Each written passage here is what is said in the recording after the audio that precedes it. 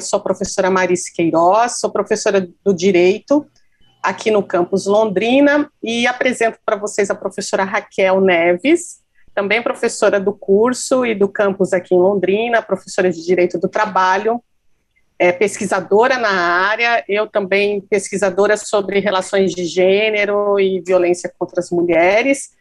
A gente veio aqui hoje conversar um pouquinho com vocês sobre questões relacionadas às mulheres no mercado de trabalho. Então, a gente vai desenvolvendo um pouquinho essa conversa, né, durante esse momento aqui desse nosso encontro para a Semana da Mulher de 2021. A gente está fazendo de forma remota, mas podendo nos ver, né, Raquel? E nos encontrar, mesmo que virtualmente. E é um prazer estar aqui e parabenizo a PUC por essa programação tão bonita dessa semana. Passo a palavra para a professora Raquel, porque ela também já pode se apresentar um pouquinho mais e começar aí essa questão, iniciar essa nossa conversa sobre a questão das mulheres, né, a condição das mulheres no mercado de trabalho.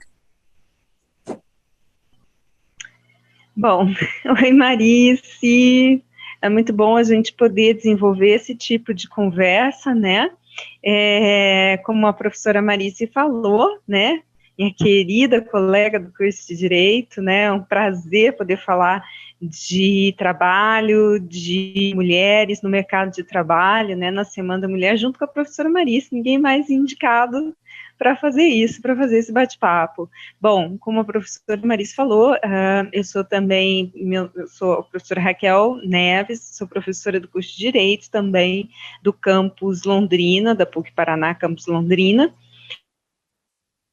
E eu, muito embora não desenvolva pesquisa no âmbito de gênero, gênero também é uma matéria que perpassa aí o direito do trabalho de maneira muito intensa, né, na sociologia, na análise da sociologia do trabalho, porque, afinal de contas, mulher e mercado de trabalho ainda é um grande desafio. Foi interessante a gente tratar de direito do trabalho e a comemoração do Dia Internacional da Mulher, porque, diferente de outras datas, essas datas comerciais como Natal, Páscoa, né, que são associadas às questões comerciais, a comemoração do Dia Internacional da Mulher, ela tem muito a ver com as lutas operárias, né? As mulheres lutando por melhores condições de trabalho.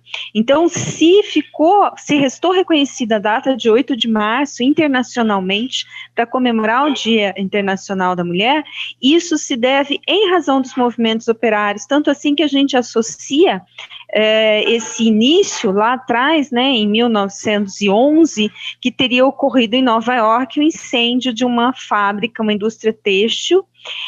Esse incêndio foi criminoso para fazer parar, né, o movimento grevista das trabalhadoras dessa fábrica, o movimento por melhoria das condições de trabalho. 130 operárias teriam sido vitimadas nesse incêndio, né? Então, tem toda a relação com as primeiras reivindicações das melhores condições de trabalho da mulher, isso lá no período da primeira Revolução Industrial.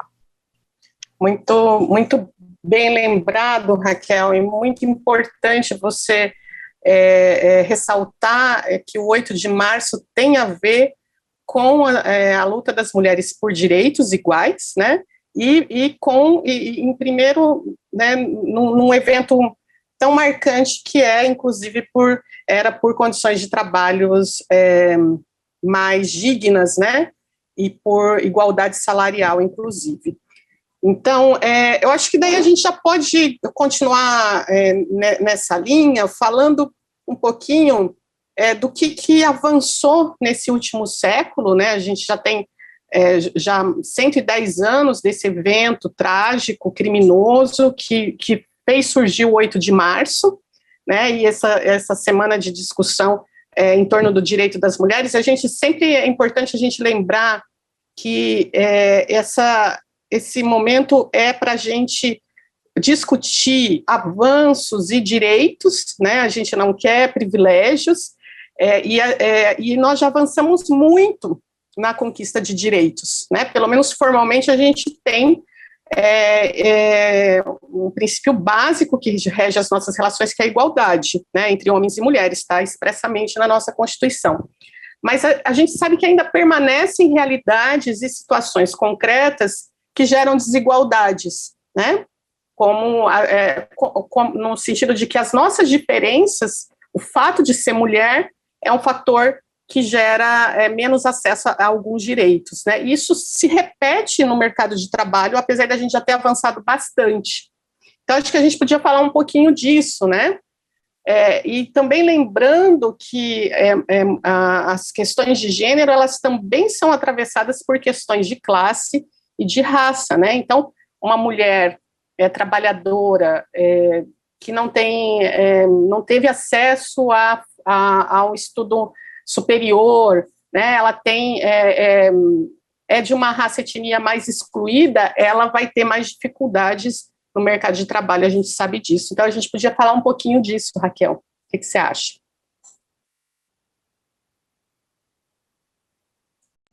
Perfeito, Marice. A gente tem uma associação aí que é interessante, né, que todas as conquistas, como você estava dizendo, a partir dessa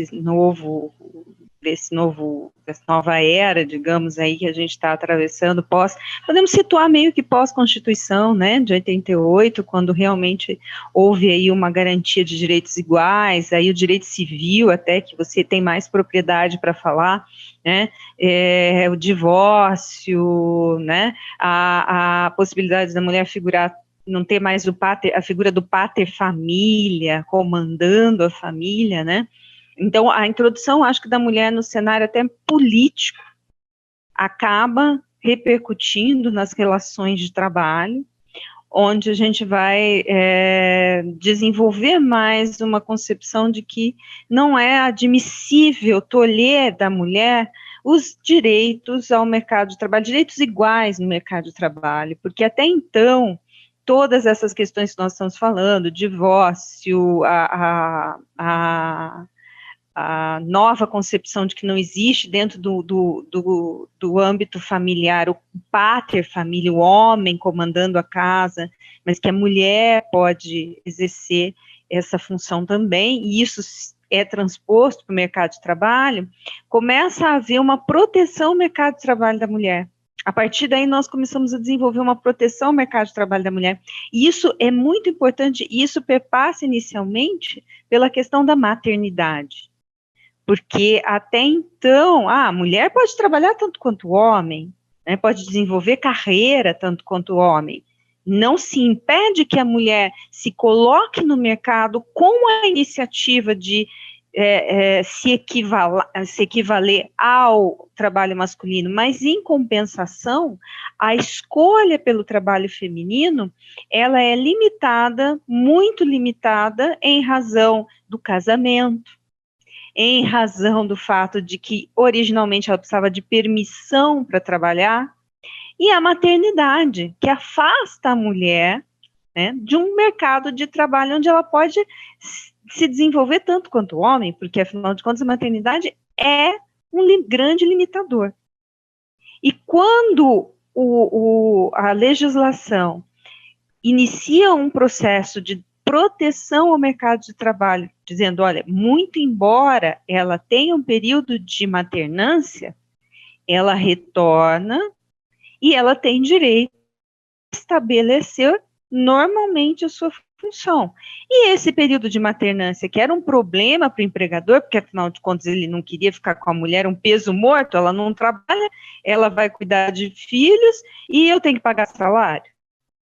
Essa concepção, nesses avanços da legislação trabalhista e previdenciária, né, inegavelmente muito mais previdenciária nesse aspecto, quem vai pagar por esse período é a Previdência Social. Então, desonera o empregador para que ele não tenha na maternidade um limitador, né?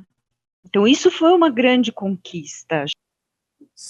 Sim, é interessante, né, Raquel, a gente perceber que esses avanços, essas mudanças que a gente tem hoje, essas garantias trabalhistas que a gente tem hoje em razão de licença maternidade, né, a princípio, formalmente, direitos iguais para exercer a mesma função, elas estão muito relacionadas também com uma mudança no contexto econômico em que as mulheres, o trabalho produtivo das mulheres, o trabalho fora de casa, passa a ser essencial para o sustento das famílias e também para o giro da economia, né? Quando as mulheres trabalham e produzem nesse mercado econômico, né, em que o trabalho dela vai gerar impostos, vai gerar direitos previdenciários, vai fazer circular mercadorias e bens de consumo, toda a sociedade enriquece, né?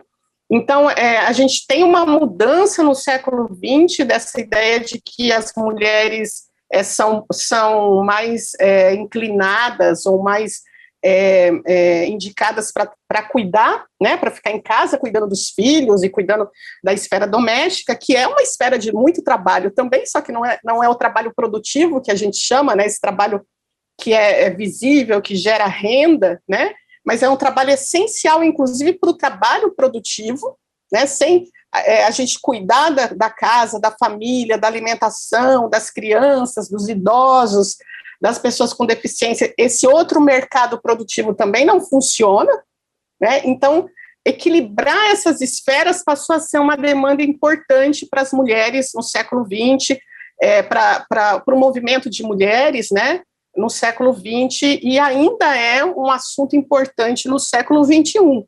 Então, a gente avançou muito conquistando direitos, formalizando esses direitos, ocupando os espaços produtivos de trabalho, mostrando que a gente é tão capaz de prestar um serviço ou de fazer algo nessa esfera produtiva nas mais variadas funções, assim como os homens têm essa capacidade.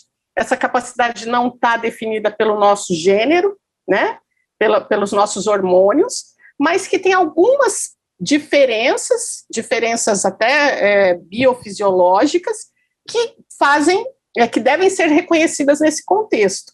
Então, uma mulher trabalhadora que fica 4 meses de licença na maternidade, 6 meses, em alguns países até 1 ano, 2 anos, ela está contribuindo para a sociedade que vai criar pessoas saudáveis, uma família equilibrada para o mercado de trabalho no futuro, né, a médio e longo prazo. Né? Então, hoje, por exemplo, a gente discute a divisão da licença parental. Né? Hoje, por exemplo, é uma demanda do movimento de mulheres a licença maternidade não ser exclusivamente para as mulheres, mas ela, inclusive, ser ampliada para ela ser dividida com os pais, com os homens, ou, dependendo da composição familiar, entre os 2 principais cuidadores. Né? Se a gente pensar hoje que a gente tem famílias de composição homoafetiva, etc. Então, a gente hoje está falando, querendo discutir licença parental.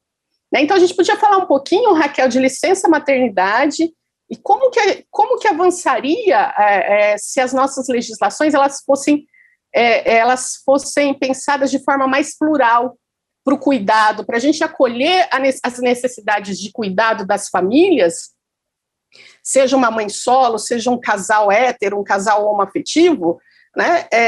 Como que o Estado, a sociedade, a economia poderia acolher essas questões de uma forma mais plural para a gente ter uma sociedade melhor, porque não tem como a gente separar a esfera produtiva, a esfera reprodutiva ou a esfera de cuidado, não é? Está tudo entrelaçado.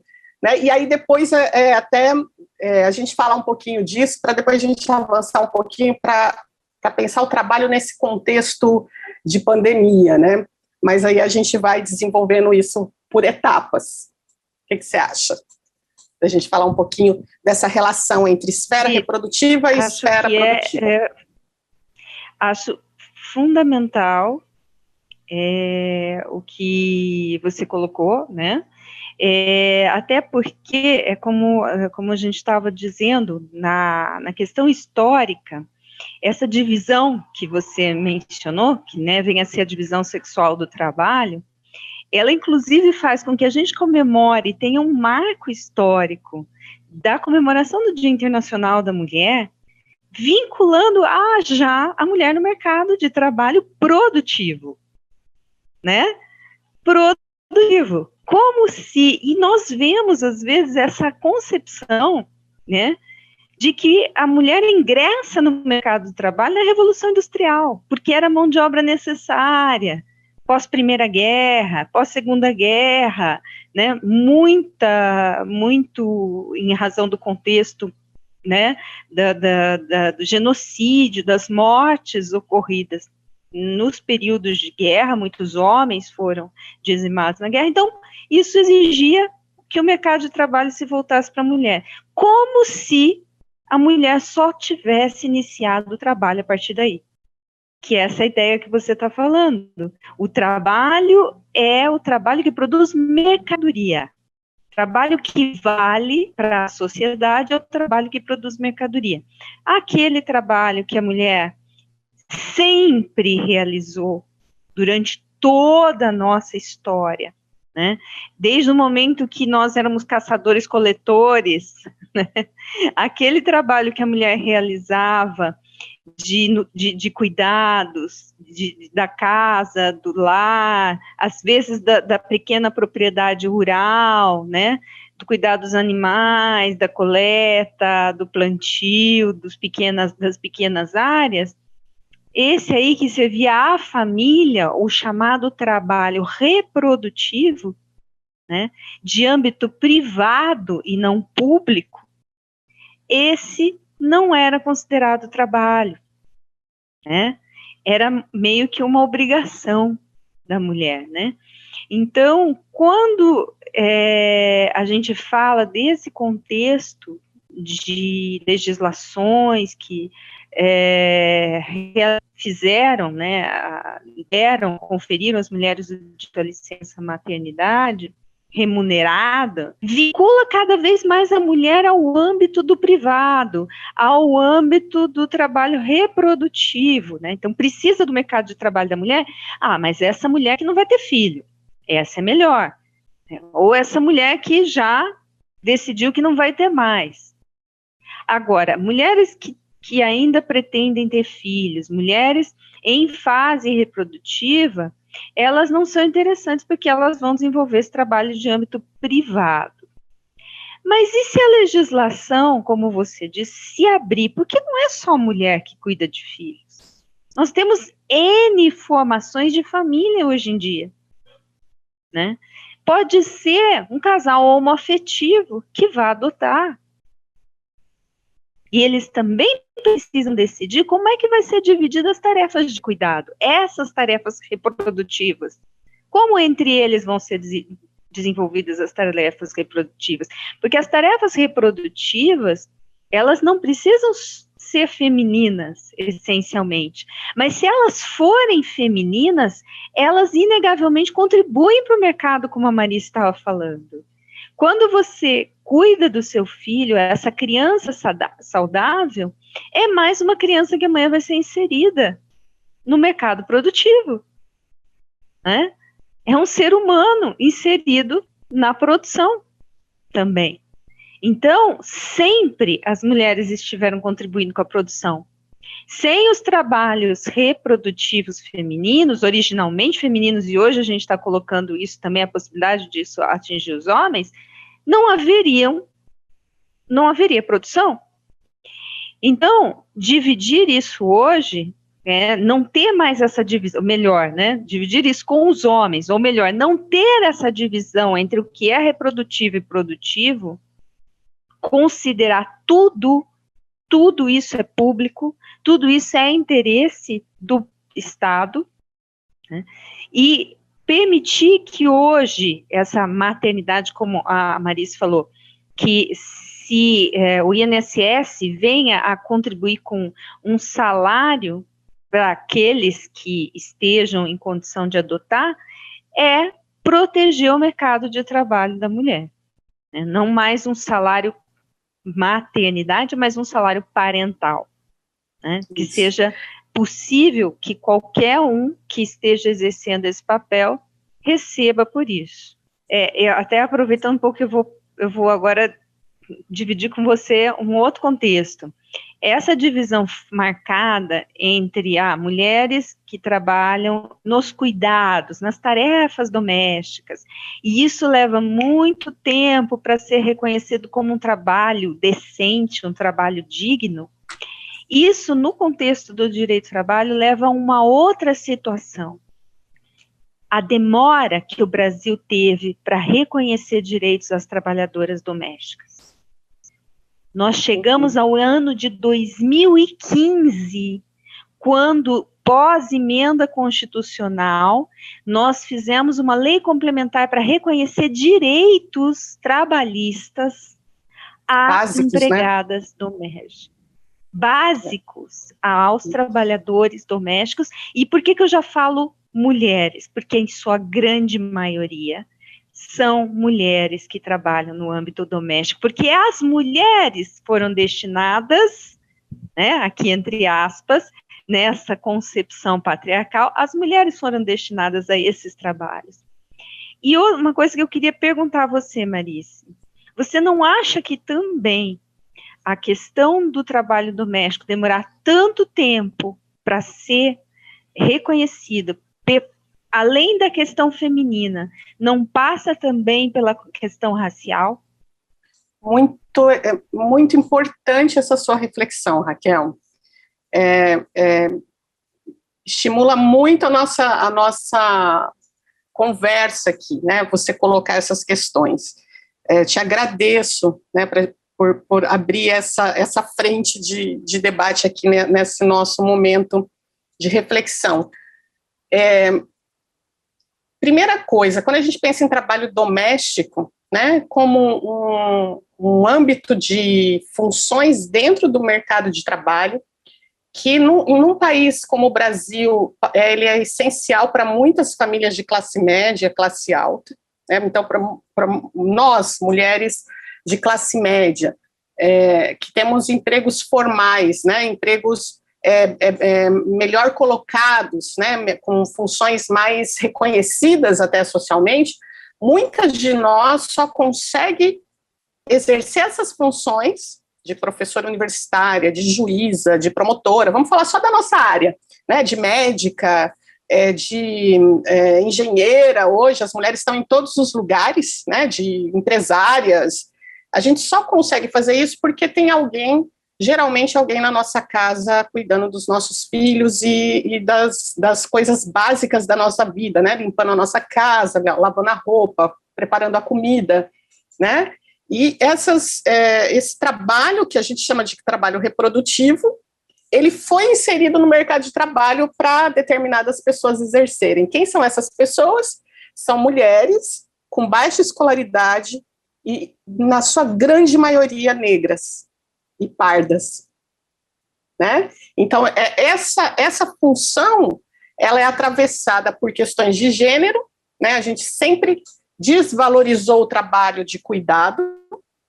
Então, mulheres de classes sociais mais altas, com mais escolaridade, elas acabam se privilegiando desse trabalho mal remunerado, né? Que, assim, não reconhecido do ponto de vista de status, né? De status social, e isso reproduz uma realidade social de desigualdade, né? Há desigualdade entre mulheres também. As mulheres não são todas iguais, as condições de trabalho para as mulheres não são as mesmas em todos os contextos, né? Então, é muito importante essa sua questão. E tem uma outra questão também que atravessa o trabalho servil, esse trabalho de serviçal, ele historicamente sempre existiu, mas na modernidade ele passou a ser um trabalho só de mulheres, né, como você disse, muito precarizado e com uma incidência muito alta em países que têm históricos de escravidão, que é uma questão racial, né? É totalmente marcado pelo racismo estrutural, pelo racismo presente nos nossos preconceitos, etc. Então, a precarização do trabalho doméstico, tanto das mulheres que são donas de casa, que né, escolhem ou só têm a opção de cuidar da casa, dos filhos, quanto da trabalhadora doméstica, ele é precarizado, ele não é reconhecido. A trabalhadora doméstica ainda vai ter um salário. Hoje em dia elas têm direitos a um salário, mas a gente sabe que é um trabalho ainda precarizado, né? E que só recentemente, com muita polêmica no nosso país, foi ampliado alguns direitos básicos, como fundo de garantia, previdência social, né? Seguro-desemprego, etc. Muito recentemente, com muitos protestos, inclusive, de quem teria que pagar esses encargos, né? Então, assim, é uma questão essencial e mostra como a esfera produtiva, né, desse trabalho que gera riqueza, ou dessa percepção do que é riqueza a partir do trabalho produtivo, que é uma forma de ver as nossas atividades, né, ela não está desconectada do trabalho reprodutivo, nunca esteve na história da humanidade, né? E essa divisão entre esfera produtiva e esfera reprodutiva, ela é recente na nossa história, porque nunca teve essa divisão, né? Historicamente, não se fazia muita diferença entre o que era... a gente tinha as classes sociais muito bem definidas, as hierarquias sociais de status, mas o que é o trabalho de cuidado e o trabalho, né, que vai ter um valor, vai ter uma mais-valia, isso é muito recente, né, na nossa história. Então, e isso ficou a encargo das mulheres, né? Coloca as mulheres numa situação de desigualdade de decisão e poder, como você bem marcou. Então, é interessante também a gente perceber que direitos civis para as mulheres, né, direitos iguais na família, no casamento, direitos iguais em políticos, né, o direito de votar, por exemplo, de ter cargo político, ele vai evoluir junto com as conquistas das mulheres no mercado de trabalho, porque está totalmente amalgamado uma coisa na outra, né? E o que a gente percebe, voltando na questão da licença parental e da licença maternidade? Os países que conseguem estabelecer mais igualdade, promover políticas públicas, incentivo e mudanças culturais, mudanças de mentalidade, em que a esfera do cuidado deixa de ser uma questão feminina, uma questão de gênero, e passa a ser uma questão do núcleo familiar, né, das pessoas que compõem aquele núcleo familiar, a gente tem uma economia muito mais desenvolvida. Por quê? As mulheres não perdem espaço porque estão em licença, elas ficam na licença o período que o corpo exige, né, que é o período do parto, dos primeiros meses de amamentação, mas elas podem dividir esse cuidado com outros familiares, com o companheiro, com a companheira, ou com o próprio Estado, que vai ter uma estrutura bem melhor para acolher as crianças pequenas, né, e a gente vai ter uma sociedade muito mais saudável do ponto de vista econômico, do ponto de vista social, do ponto de vista das famílias. Então, se a gente pegar, por exemplo, países como a Suécia, como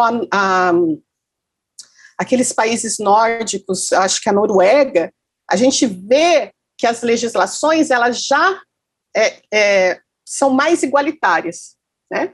Então, é um avanço a licença maternidade na CLT no Brasil, é um grande avanço para as mulheres trabalhadoras, mas ela ainda não é o ideal hoje na realidade que a gente vive hoje. A gente precisa...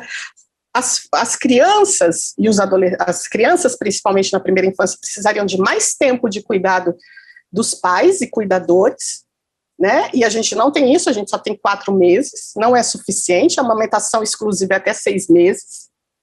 Né? A gente tem no serviço público 6 meses, e algumas empresas cidadãs que aderem ao programa, implantam, são pouquíssimas no Brasil, né? Então não é suficiente também para a gente desenvolver uma primeira infância saudável para as nossas crianças, para as futuras gerações, e o problema fica todo para as mulheres, geralmente.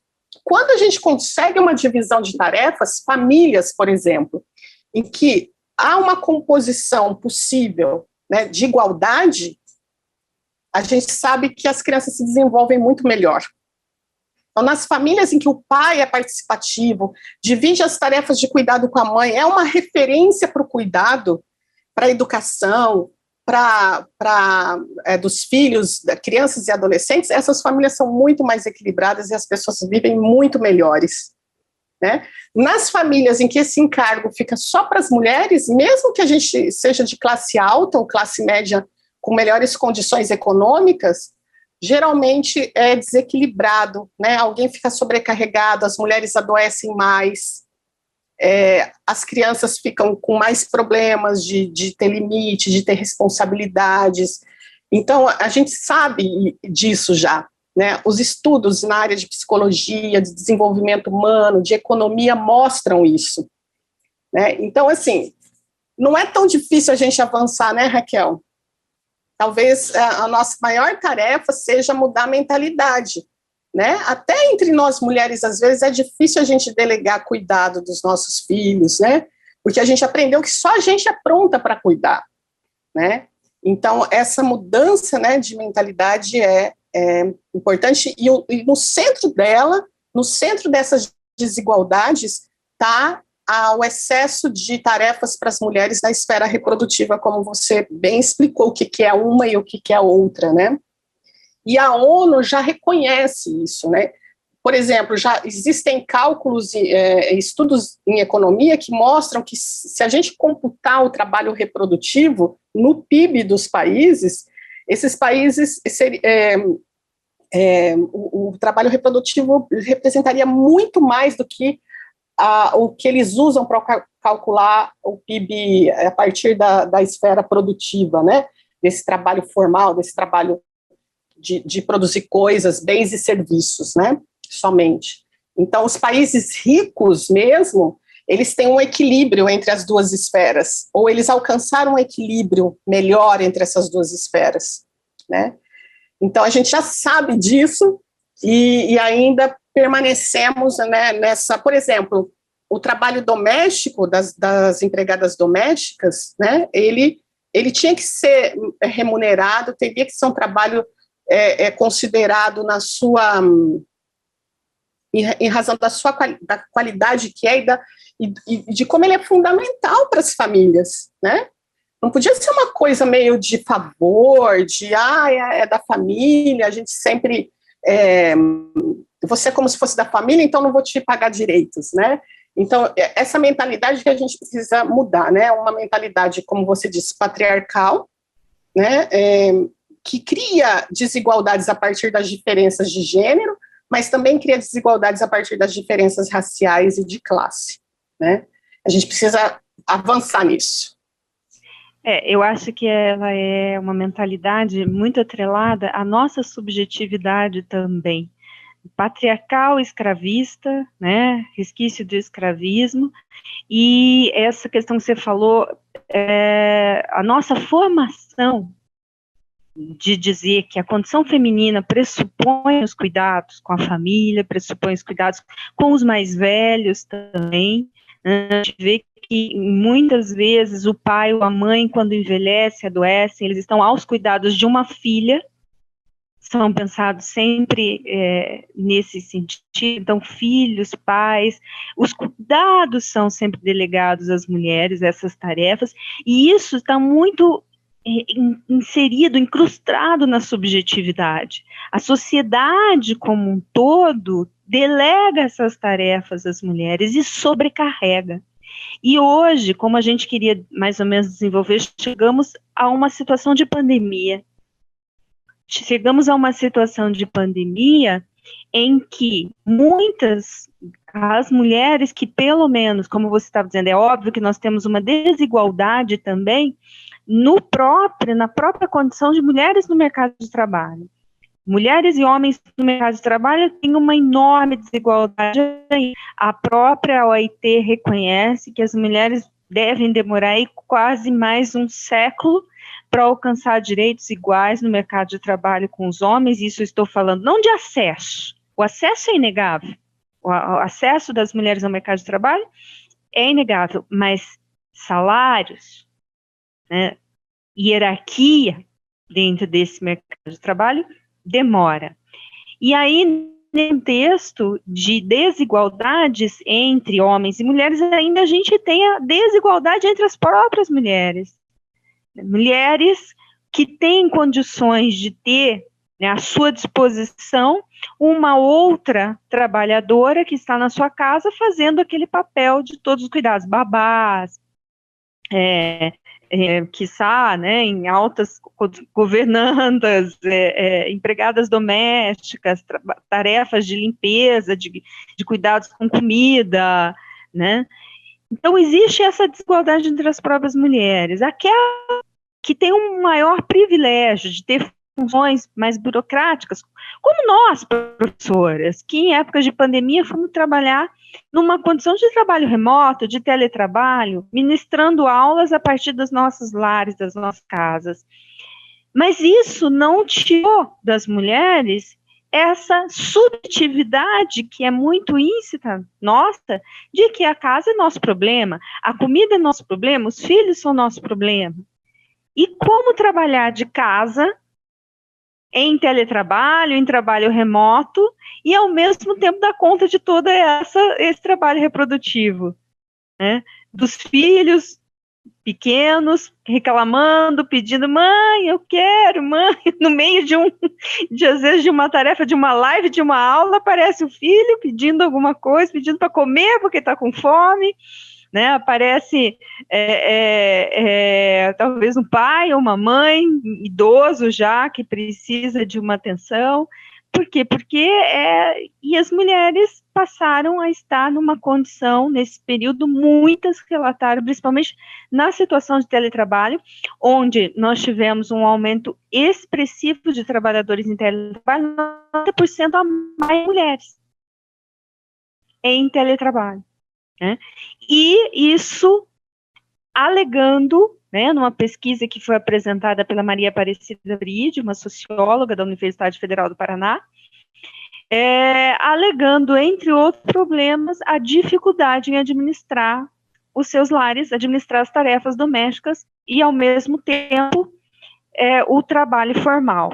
Então, a pandemia acirrou a necessidade de nós estarmos fazendo essa discussão que a Marice colocou, que é a discussão de que o mercado de trabalho precisa reconhecer e a necessidade de divisão desse aspecto produtivo, reprodutivo entre homens e mulheres. Igualdade, efetivamente, parte de um pressuposto que o núcleo familiar, disse muito bem a Marice, até porque hoje as composições familiares não são necessariamente mais de gênero, homem e mulher, né? Elas não são mais necessariamente assim, inclusive tendo até o reconhecimento hoje já no Brasil, né, dos casamentos homoafetivos. Então, há uma urgência na necessidade de distribuição dessas tarefas de maneira efetivamente equilibrada, de maneira efetivamente igual, né, na igualdade que está prevista na Constituição, né? Bom, Raquel, você acabou de tocar numa questão essencial, né? Eu acho que nesse momento de pandemia ficou muito claro as desigualdades que a gente tem presentes na nossa sociedade. Então, a pandemia, ela escancarou essas desigualdades em muitos contextos, né? Em muitos contextos diferentes. Aqui a gente pode, na linha de discussão que a gente tem agora, né, nesse vídeo, a gente pode mostrar, né? Você mostrou isso, a questão do trabalho remoto para as mulheres, né? Como que ficou muito mais difícil, porque no trabalho remoto as mulheres trabalham em casa, mas essa necessidade de cuidar das crianças, das pessoas doentes, das pessoas idosas, das pessoas com deficiência, ela não sumiu, ela está presente no local de trabalho, né? O que a gente fazia antes, quando a gente trabalha sem essa pandemia? A gente deixava nossos filhos na escola, integral ou não, enfim, meio período, ou tinha alguém em casa cuidando dos nossos filhos enquanto a gente estava trabalhando, fora.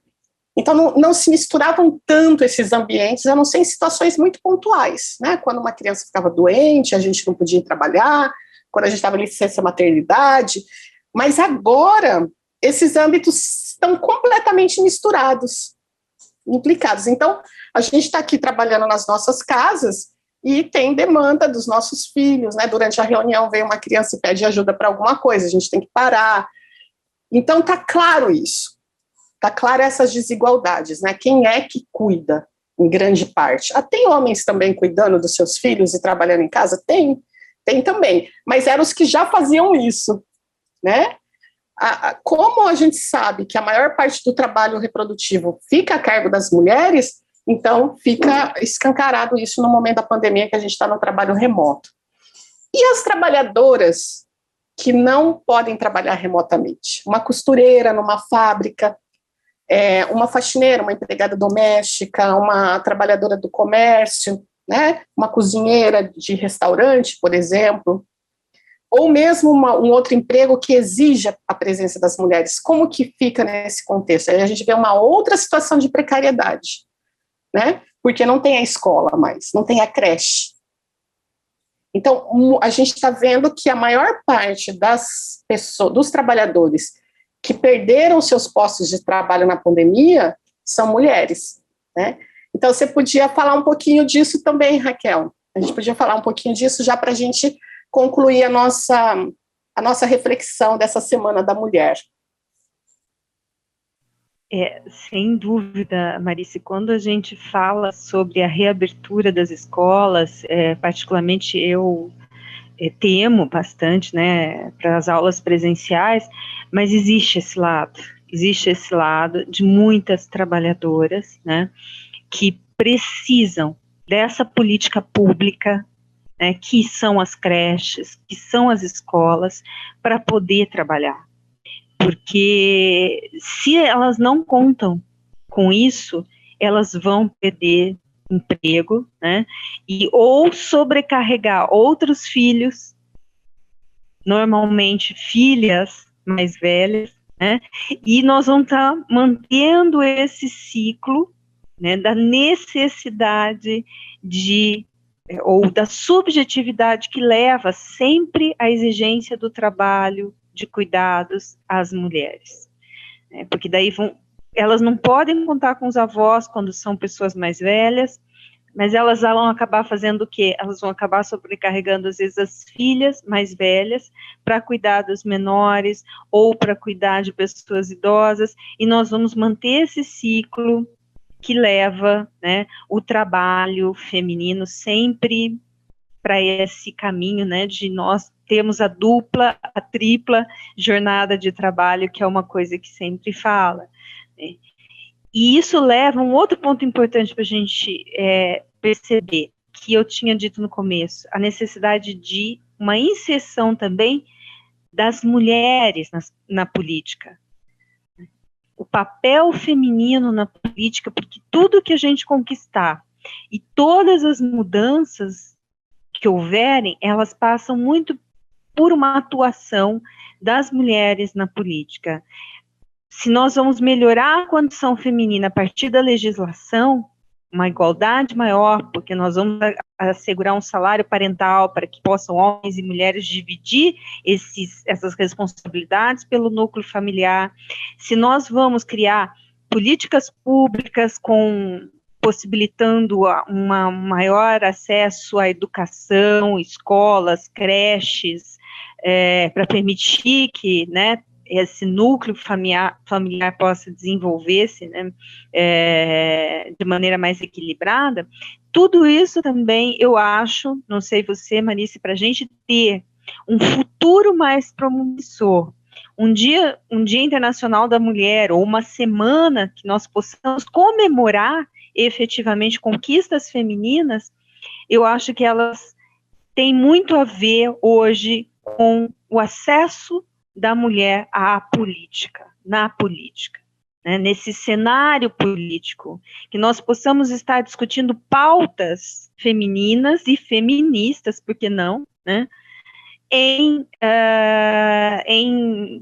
no Congresso, em câmaras de vereadores, deputados, no Senado, porque, afinal de contas, isso que você falou, isso tem a ver, ao final, com um mercado mercado com uma economia também equilibrada, né? Uma política que tenha essas pautas femininas e feministas, ela leva a um Estado mais equilibrado, com uma economia mais equilibrada, porque o que nós estamos vendo hoje é que esse desequilíbrio acaba afetando a própria economia. Excelente, Raquel. Eu acho que a gente pode, então, encerrar o nosso papo aqui da Semana da Mulher, né, que a PUC está promovendo, de repente concluindo aí com uma mensagem para todas as mulheres. Eu queria lembrar que quando a gente aproveita esse mês de março, essa Semana da Mulher, esse 8 de março, para tratar de questões que vão diretamente ao encontro do interesse das mulheres, todos os temas e reivindicações, se a gente tiver um olhar mais aberto, a gente percebe que são reivindicações, discussões que melhoram a vida de todas as pessoas, não só das mulheres, né? E, assim, isso já é conhecido, estudado, datado, com estatísticas, né? Que quanto mais uma sociedade tem equidade de gênero, tem igualdade entre homens e mulheres, mais ela é próspera, mais ela é rica, mais ela menos violência vai ter nesse contexto, né? As pessoas vão se desenvolver de forma mais satisfatória, tanto homens, quanto mulheres, quanto crianças, quanto idosos, né? Então, eu desejo, nesse ano de 2021 que está começando, que a gente também está iniciando nossos trabalhos com os nossos estudantes, que a gente possa aproveitar esse momento de crise, né, para a gente se reinventar, não só nos nossos trabalhos, na nossa forma de trabalhar, de se relacionar, mas também como cidadãos e cidadãs, né? Então, eu acho que a Semana da Mulher serve muito para isso. Então, essa palavra final que eu quero deixar aqui nessa semana, e eu passo para a professora Raquel concluir. Bom, para encerrar, eu vou me servir um pouco aí da frase da Marice, né, dessa fala dela, e reforçar que o importante nesse momento é nós estarmos reconhecendo que lutar pela melhoria das condições da mulher no mercado de trabalho, no âmbito doméstico, não é lutar em um caráter de desigualdade, mas de buscar a igualdade numa forma de comunhão, né, que a gente possa estar agregando, para que possamos efetivamente caminhar juntos, porque afinal de contas é assim que uma sociedade se desenvolve, né? Então, possamos todos reconhecer que os momentos de crise são reveladores das coisas que às vezes existem, mas estavam ali escondidas. Então, como nós mostramos agora aí no final, existem muitas coisas ainda a serem conquistadas, né? E que essas conquistas possam, a cada dia, mostrar que estamos no caminho correto. Então, eu comemoro essa Semana da Mulher, o Dia Internacional da Mulher, agradecendo essa participação, a possibilidade de estar do lado da professora Marícia, quem eu admiro muito por tudo que ela representa, por tudo que ela nos dá em termos de conhecimento, né, de gênero, de questões feministas. Muito obrigada pela oportunidade e que a gente possa cada dia poder mostrar mais conquistas que nós tivemos até aqui. Um abraço a todos e todas que estão aqui conosco, podendo nos ouvir um pouquinho. Obrigada, Marisa.